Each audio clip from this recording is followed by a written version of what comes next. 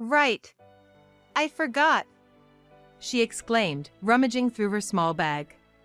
What she pulled out was a white envelope. What's this? It's a letter I'm holding for Grandma. She said to read it secretly, away from Michael. She replied. I took the letter from Lily. Just then, my sister arrived to pick her up, so I handed Lily over to her. After seeing Lily off, I quietly opened the letter. I casually read it, only to be shocked. What? No way! I couldn't believe what was written, something so hard to accept. In a panic, I hurried back to Michael. As soon as I returned, Michael spoke in a whiny voice. Hey, Emily, I'm thirsty. Wake me up and give me some juice or something. Ignoring Michael's request, I quickly flipped the blanket and reached for his pants. What? Emily? Without hesitation, I pulled off his pants. What are you doing all of a sudden? He shouted, scrambling to pull his pants back up. Faced with the reality unfolding before me, I sighed. Looks like Mom's guess was right. Hey! Why are you undressing me all of a sudden? Just because I can't move, you think you can treat me this way? Michael looked up at me, utterly bewildered. True, it was wrong to undress him without saying anything. But it was the only way to confirm my suspicion. My name is Emily Smith, 32 years old. I joined this company after graduating from college and have been here for 10 years. With this tenure, I have a stable income and am trusted with various tasks at work. I've been living a very fulfilling life, but there was one thing bothering me. My husband, Michael, whom I've been married to for 5 years. I met Michael at a friend's wedding. We just happened to be at the same table. Wow, weddings are wonderful, aren't they? Truly, they both look so happy. We only talked a few times, but I was impressed by how genuinely happy Michael seemed for the bride and groom. Later, through a friend, Michael approached me, and our relationship quickly progressed. I want to marry you. He proposed directly, and we got married. The surprising part came later. What, you're divorced? And you have kids? Yeah, and, my ex-wife is demanding child support. Despite being divorced, his ability to celebrate others' weddings was impressive in a way. Child support, right? You should just pay it. It's part of being a father. But, see, I don't have any money left this month. What? I had a feeling Michael's income wasn't great. But I never thought I'd end up paying child support for a child I didn't know with my salary. I rushed into marriage. I don't regret marrying him. But, honestly, it was a rushed decision. What's more problematic is that Michael himself is careless with money and doesn't see this as an issue. I quit my job. Michael would report this to me several times, always with a carefree attitude. You quit. What are we going to do now? Don't worry. You're working, right? It'll all work out. He's the definition of relying on others. I wish he wouldn't depend on other people's money. Was this marriage just for money? I couldn't help but think that sometimes. But apart from the money issue, Michael wasn't a bad husband. He was a bit unconventional, but that was exciting and fun. I feel like something sweet. Wanna go to the convenience store with me? Now? Yeah. Suddenly, on a weekday night, we would head to the convenience store just for sweets. Yeah. I'm not sleeping until I clear this game tonight. Okay. Sometimes, he would keep me up all night playing games on weekends. It was honestly tough at my age, but I didn't dislike his enthusiasm. That's why I couldn't leave Michael, despite his lack of money and job stability. He might be irresponsible with money, but at least he wasn't cheating. That's what I thought as we kept dragging on. But then, just the other day, I saw it. A young woman I didn't recognize was sitting in the passenger seat of Michael's car. I, who prided myself on him not cheating, felt like I had been hit in the back of the head. I was completely off guard, and now there was suspicion of Michael cheating. In such a situation, I wondered if I should confront him or investigate secretly. After much thought, I consulted my sister. My sister, a married woman with an 8-year-old daughter, answered without hesitation. Obviously, you need to gather evidence secretly. There's no point in alerting the other party without sufficient proof, she said firmly. Following my sister's advice, I started focusing on gathering evidence from that day. As a result, it became clear that Michael was frequently meeting a certain woman. The woman was Vanessa Collins, Michael's personal doctor's daughter at Collins Clinic, a private medical practice. They mostly went on drive dates on Thursday afternoons in Michael's car. Then, they would enter a hotel, and I managed to capture this as evidence several times. I thought he was sincere when it came to relationships with women. Disappointment came before anger. Married life wasn't bad, but it wasn't easy either. On top of paying child support, it later turned out he had debts. Both from before our marriage. Meaning, they were originally none of my business. Or at least something I should have known before marriage. Hiding them, Michael married me. I sometimes thought it was almost like being deceived. But the one thing I was proud of was that he wasn't unfaithful. I never imagined he would betray me even in that. I'll confront him with everything and end it. Knowing Michael's carefree nature, he probably had no idea I knew. I'd give him a surprise for once. So, I was figuring out the right time to tell him. But soon after, I received a shocking call from Michael. Sorry, I had an accident. I might not be able to move my body anymore. I left work and rushed to the hospital he mentioned. It was Collins Clinic. Feeling apprehensive, I also contacted my mom to come with me. Are you his wife? Please come this way. I never imagined meeting her under these circumstances. The one guiding me at the reception was Vanessa, Michael's affair partner. I had seen her face from behind or in profile several times over the past few months, but it felt strange to see her face to face like this. Guided to the room, Michael was lying in the hospital bed. Michael! Emily. You came. His voice and expression seemed lively. My mother seemed to think the same, and we exchanged relieved glances. I was shocked when I got the call, but thankfully, his injuries were lighter than I thought. I was relieved. But then, the doctor's next words left me speechless. Mr. Smith is likely to be paralyzed on one side of his body. Paralyzed on one side? Yes, in Mr. Smith's case, it means the right half of his body can't move. Is there no chance of recovery? The doctor closed his eyes in thought and then firmly said, "It's difficult." Next thing I knew, I was crying uncontrollably, supported by my mother. Once I calmed down a bit, Michael timidly started to speak. This hospital, due to its facilities, can't admit me for a long stay, so I have to go home. What? But what about thorough examinations? Your right side is still not moving. There could be other causes, right? Yeah. Well, there's also the exhaustion from the accident today. We'll see another time. His hesitant words worried me, but I didn't want to push him. Reluctantly, I, with my mother's help, brought Michael back to our apartment. After laying Michael in bed, I went out to the entrance to see my mother off. Sorry for the sudden trouble today. Thank you. It's all right. But now, there's no chance to talk about the affair. Indeed. What will you do now? If Michael really is paralyzed, I can't just abandon him because he cheated. I need to think about it. Remember, you are the most important to me. She meant not to sacrifice myself for Michael's sake. Thanks. My mother seemed to have more to say, but left with a complicated look on her face. The next day, my life as Michael's caregiver began. Though he was paralyzed on one side, the other side was still functional, so the need for care was less than I expected. Soon, Taking care of Michael's mental health, being unable to go outside, became the bigger challenge.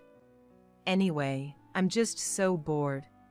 Surprisingly, Michael complained less about his inability to move and more about feeling idle. He kept summoning me for trivial things. Wanting juice, needing an itch scratched on his back. These small tasks wouldn't be a problem, but his constant demands were wearing me down. That's when my niece Lily, whom I'm very close to, suddenly decided to visit. Lily and Michael hardly knew each other. At first, I wondered why she insisted on visiting. When I asked my sister, she replied casually, "That's because everyone's worried about you, obviously. Even 8-year-old Lily is concerned about you." That's so sweet of Lily. I wish I could come along too, but I'm swamped with work and can barely manage the drop-off and pick-up. Mom seems busy too. Well, at least with Lily there, Michael won't be able to act selfishly in front of a child. My sister was right. With Lily there, whether it was male pride or just embarrassment, Michael called me less frequently. Thanks to that, Lily and I could chat about school life and the latest trends among elementary schoolers, all sorts of girl talk. But why do fun times always fly by so quickly? As the evening approached, it was time for Lily to leave. My sister called to pick her up, and though I was reluctant, it was time to say goodbye. All right, Lily, your mom will be here soon. Let's wait outside. Okay. As we headed to the door, Lily suddenly remembered something. Oh, I almost forgot. She rummaged through her small bag and pulled out a white envelope. What's this? I was asked to keep this letter from Grandma. She said to read it away from Michael. From Mom? Thanks. I took the letter from Lily. As my sister arrived to pick her up, I handed Lily over to her. After seeing Lily off, I quietly opened the letter. It wasn't mailed but given to Lily to pass to me, quite meticulous. I wondered what it could be. Glancing through it, I was stunned. What? No way! The contents were unbelievable. But my mother wouldn't lie about something like this. If this is true, I need to confirm it. I hurried back to Michael. As soon as I returned, Michael spoke in a whiny voice. Is Lily gone? Yes, she just left with her mom. Ah. Hey Emily, I'm thirsty. Could you get me up and get me some juice or something? Ignoring his request, I quickly flipped back the blanket and reached for his pants. Emily? Without hesitation, I took off Michael's pants, leaving him bewildered. What are you doing all of a sudden? Michael shouted, quickly pulling his pants up. Faced with the reality before me, I sighed. Mom's prediction was right. Hey! Suddenly taking off someone's pants, what are you trying to do? Taking advantage of me because I can't move, isn't that terrible? Michael looked up at me, bewildered. Indeed, it was wrong to undress him without saying anything. But I had to confirm something. Hey! Are you listening? As I remained silent, looking down, Michael raised his voice again. Seriously. This makes me so anxious about the future. Maybe it's better if we break up? I interrupted him with what he was about to say, and Michael looked at me, surprised. Oh, you seem quite happy? Your mouth is all relaxed. Michael covered his mouth, looking panicked. No, I'm not happy. But maybe you're right. With my condition, I'd just be a burden. Maybe it's better if we split up. Michael sighed deeply, looking despondent. I don't mind, you know. I'll take care of you. Didn't we vow at our wedding? In sickness and in health. No, but... Besides, it's not all sad. At least we can still talk like before. And now, I don't have to worry about your affairs anymore. I smirked mischievously. Me having an affair? He was obviously dodging eye contact, yet denying it. Don't worry. Even if you were unfaithful before, you can't move on your own now. You can't cheat anymore. Now you belong only to me. Michael let out a small yelp and turned pale. Emily, actually, I was planning to leave you. It's okay. Leave it to me from now on. But I feel so guilty towards you. Don't feel guilty. We're a married couple. I just smiled back, but for some reason, Michael looked like a deer caught in headlights, trembling. But why don't you rest for now? I'll go prepare dinner. Michael couldn't say anything more. I left the room as it was. This should have cornered Michael. He's bound to take some action now. Until now, I truly believed Michael was paralyzed. He couldn't move, and there was a diagnosis from Dr. Collins. I wanted to get it checked at a bigger hospital, but Michael himself was against it. Now I understand why Michael was so reluctant about the hospital and treatment. As soon as I left the room, I carefully listened through the slightly ajar door, left open just enough so Michael wouldn't notice. This way, I couldn't see inside, but I could hear everything Michael was doing. Help me! I'm in trouble! Soon, I heard him talking to someone. He must be on the phone. He was speaking softly, maybe wary of me. That's why I told you. I was warned before bringing up divorce. She's insisting we won't separate. What do I do? Escape? That's impossible. I'm too scared. She must know about you and me. She's been persistent about the affair. She must have found out. I heard it all. It was clear. Michael was on the phone with his mistress, Vanessa. Please! Say it's a call from the hospital. Get me admitted somewhere else, anywhere. If not, I don't know what Emily will do to me. As Michael pleaded with the person on the other line, I knocked on the door. Michael? Are you on the phone? Can I come in? Oh, yes. Just a second, I'll hang up. I waited a moment before entering. Michael looked even paler than before, lying on the bed. You look worse than earlier. Are you okay? Yeah. I'm fine. No, maybe I'm not feeling well. Can you take me to the hospital? Oh dear. That's serious. I'll call the hospital right away. Thank you. He looked genuinely relieved. He thought he was escaping from me, but he was mistaken. In fact, the real game was just beginning. At the hospital, I was going to expose everything about Michael and Vanessa. Upon our arrival, Vanessa greeted us immediately. Mr. Smith, are you all right? Vanessa, thanks. I'm not feeling well. After what happened, it's understandable. Vanessa looked at Michael with a meaningful smile and a gentle gaze. Can I rest here for a bit? I think I might need to be admitted. Making decisions like a doctor, even though he's not. But Vanessa nodded at Michael's words and led us to a private room. Our clinic doesn't usually do admissions, but my father will come to check on you when he's free, so please wait here until then. After about 30 minutes, Vanessa came back with a doctor in tow. I had seen this doctor before. He was Vanessa's father, the clinic's director. How are you feeling unwell? Yes. Michael replied, awkwardly avoiding eye contact. As Vanessa's father was about to use the stethoscope, I suddenly raised my hand. Let's end this charade, shall we? What? Michael, Vanessa, and Vanessa's father. Everyone in the room, except me, froze. Emily, what are you saying all of a sudden? Ignoring him, I again reached for his pants and pulled them down swiftly. Hey! What are you doing? Michael frantically pulled his pants back up. You were worried I became paralyzed and useless as a man, right? I see. You were only after my body. I'm disappointed in you. Michael dramatically feigned sadness.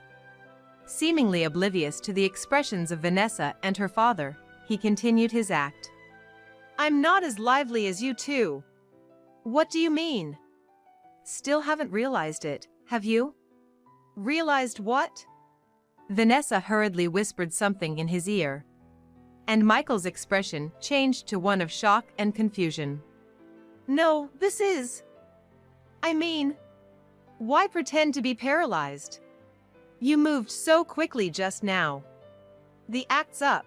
Why not drop it? Yes, the letter from my mother was just a few lines long. I've looked into it, and there's a high chance that Michael's paralysis is just an act, maybe a lie to leave you. How about trying to pull down his pants to see his reaction? Following her advice led to this moment. Panicked, Michael, who was supposed to be paralyzed, effortlessly used his right hand to pull up his pants himself. It was all an act from the start, wasn't it? No, it's just that. Explain everything. Sweating profusely, Michael complied. On the day of the accident, it was Vanessa who was riding in Michael's car. They were in the midst of their affair. The injuries were minor for both of us, but the car was badly damaged. I thought if I pretended to be seriously injured, it would cover up the affair from you. I could only sigh at the ridiculousness of it all. And yet, such a foolish lie. Did you really think you could keep it up forever? No, well... Or did you really want to cover up the affair that badly? It's not like that. Before Michael could answer, Vanessa interrupted. Michael was just trying to leave you without hurting you. After all, if you found out he had an accident while driving with his affair partner, wouldn't that be humiliating? So, he even told a kind lie about being paralyzed, to part ways smoothly. Kind? Where's the kindness in a married man fooling around with someone much younger than himself? Stop saying that. We truly love each other. Vanessa said assertively, but Michael, behind her, looked like a deer caught in the headlights, now that his grand lie was exposed. Is that so? Then you should have been upfront about it, not resorting to such schemes. Right, Mr. Collins? Vanessa's father twitched nervously, his forehead glistening even more than Michael's. Well, the moment I realized the paralysis was a lie, I had a lot I wanted to say to you. Me? Why's that? Vanessa's father looked at me, his face tense. Perhaps he couldn't abandon his daughter. But as a doctor, he crossed a line he shouldn't have. You were swayed by your daughter's tears, weren't you? How did you feel seeing me break down in tears? Don't you have any pride as a doctor? Wasn't it hollow to go as far as forging a medical report? Vanessa's father seemed to gulp. He began to speak, carefully choosing his words. It wasn't forgery, it was a diagnostic error. How could a perfectly mobile man be misdiagnosed with paralysis? It seemed like they wanted to claim it was an oversight rather than a deliberate act of malpractice. Well, for me, either way is fine. Fortunately, I have family in both the medical and legal fields, so I'll consult with them. Wait, you don't need to. Vanessa's father's face paled. Understandably so. For a private practice, reputation and word of mouth are everything. The knowledge that he had dirtied his hands as a doctor for such a petty reason as his daughter's affair would surely ruin the clinic's reputation. Please, have mercy. There's no mercy here. I'll discuss the details later through my lawyer. Since Michael seems to be in good health, you can return to your work. He was clearly not in the state to work, but other patients were waiting. I could hear a nurse calling out. Despite his reluctance, Vanessa's father was eventually forced to leave the room. Left in the room were Michael, Vanessa, and me. The room fell silent as I pondered the events. On the day of the accident, Michael was having an affair with Vanessa. They chose her father's clinic because it was close to the accident site. It must have been Vanessa's idea to use this situation to make Michael hers. Whether Michael had considered divorcing me is unclear, but it's unlikely he'd have gone to such lengths just to cover up an affair. Vanessa likely persuaded him. The prospect of being with a doctor's daughter must have been appealing to Michael, always wanting to quit his job. Furthermore, claiming to be paralyzed would have served as an excuse for Michael to quit his job. He probably thought that by using this as a reason to break up with me before his affair was discovered, everything would neatly fall into place. However, this plan was doomed from the start. I had known about their affair even before Michael's accident. I had lost the opportunity to confront them in the confusion following the accident, but now, with their lies exposed, I had all the leverage. So, I began, turning my gaze slowly towards them. Michael sat on the bed, and Vanessa stood beside him. Regarding our future, I've decided I want a divorce. What? Surprised by my statement, both Michael and Vanessa exchanged glances, blinking in disbelief. Agree to a divorce. Is that okay? It's not a matter of okay or not. I've known about your affair for a long time and have been preparing for this separation since then. Michael looked conflicted, while Vanessa's eyes sparkled with excitement. So, Michael and I can be together now. We won't have to sneak around anymore. They had been quite brazen with their affair, but it seems they had been somewhat discreet. Yes. Once we're divorced, what you two do is none of my business. You're free to do as you please. However, there are conditions for the divorce. Conditions? Vanessa furrowed her brow, puzzled. Yes. Don't worry, it's nothing major. First, I'll be seeking alimony from both Michael and Vanessa. Additionally, there'll be no division of assets. I'll take all the savings. That's all. Isn't that a bit unfair to me? Have you forgotten that I've been the one paying most of our living expenses for the past 5 years? The savings hardly cover the financial burden I've shouldered. Michael had always struggled to hold down a job due to his tendency to slack off. His income was unstable and significantly lower than his peers. Moreover, he was a big spender, so he hadn't even finished paying off his pre-marriage debts. Sure, Emily helped me out, but I worked hard too. Michael seemed dissatisfied with the idea of handing over all the savings. He mumbled and stumbled over his words, clearly uncomfortable with the arrangement. As I was considering discussing this later to avoid prolonging the conversation, Vanessa unexpectedly came to my rescue. Michael, we've come this far, haven't we? Don't worry about the money. My father is here, and if you leave it to me, everything will be fine. I want us to be able to love each other openly and proudly as soon as possible. Vanessa. Love is all we need. It was astonishing how they could show such a demeanor in front of me, still technically Michael's wife. And what did Vanessa see in Michael, anyway? Although many questions lingered, Vanessa's intervention helped conclude the matter. All right, I'll leave the divorce papers and alimony details to my lawyer. I'll send your belongings to Vanessa's place. I don't expect we'll need to see each other again. Okay, then. Goodbye. Take care. Michael and Vanessa seemed to already consider themselves a couple, sitting closely together. I remembered something important and spoke up. Ah, right. Don't forget to make the child support payments, okay? And try to at least pay off the interest on your debts. Vanessa abruptly looked up at Michael. Child support? Debt? What's all this about? Oh, didn't you know? This man has a child with his ex-wife. And don't get it wrong, I didn't steal him from her. He was already divorced when we met. Vanessa, slightly irritated, asked, "Debt? What debt?"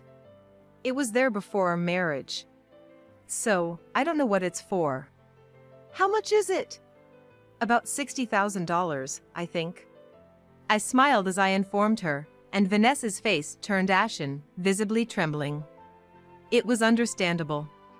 The thought of paying alimony to me, on top of child support and existing debts, must have been overwhelming, enough to make anyone feel dizzy. Well, but we can work together to pay it off, right? Vanessa clenched her fist and turned to face Michael. Michael vaguely nodded. Lucky you, Michael. To be with such a positive person like Vanessa. This should motivate you for job hunting. Job hunting? Vanessa's eyes were vacant. Yes. Michael hastily resigned from his job because of this whole situation. He's now unemployed. Without any qualifications, a full-time job might be hard, but love is all you need, right? Good luck. Vanessa muttered under her breath, but there's a limit. Shocked, Vanessa and Michael looked lost. As I waved goodbye and left the hospital. After that, the divorce was finalized without issue. Regarding the alimony that I was slightly worried about, Vanessa's father ended up paying the entire amount for both of them. He probably did this out of fear that I might disclose everything that happened. Considering the potential damage to his reputation, it was a small price to pay. Now, nothing was stopping Michael and Vanessa. However, they didn't remarry right away. Michael was eager to marry right away, saying as soon as possible, but Vanessa seemed hesitant, often responding with well, maybe. Moreover, their relationship seemed to be fraught with arguments, mainly because Michael remained unemployed and Vanessa was reluctant to officially register their marriage. Even if she once thought Michael was her soulmate, hesitance is understandable considering his lack of responsibility and initiative. In my case, by the time I realized, I had grown too attached. If not for that, I would have left him much sooner. Thankfully, I'm now enjoying peaceful days. At first, I thought I might feel lonely. Michael, despite his issues, was good at pampering and entertaining. But in his absence, I realized how much easier life was. No sudden demands for sweets or all-night gaming sessions. While some might find such a life fun, it was taxing for me in my 30s. Now, I can take care of myself and have more relaxed days. No more living on the edge for excitement. From now on, I want to live a life that's true to myself, without stretching myself too thin.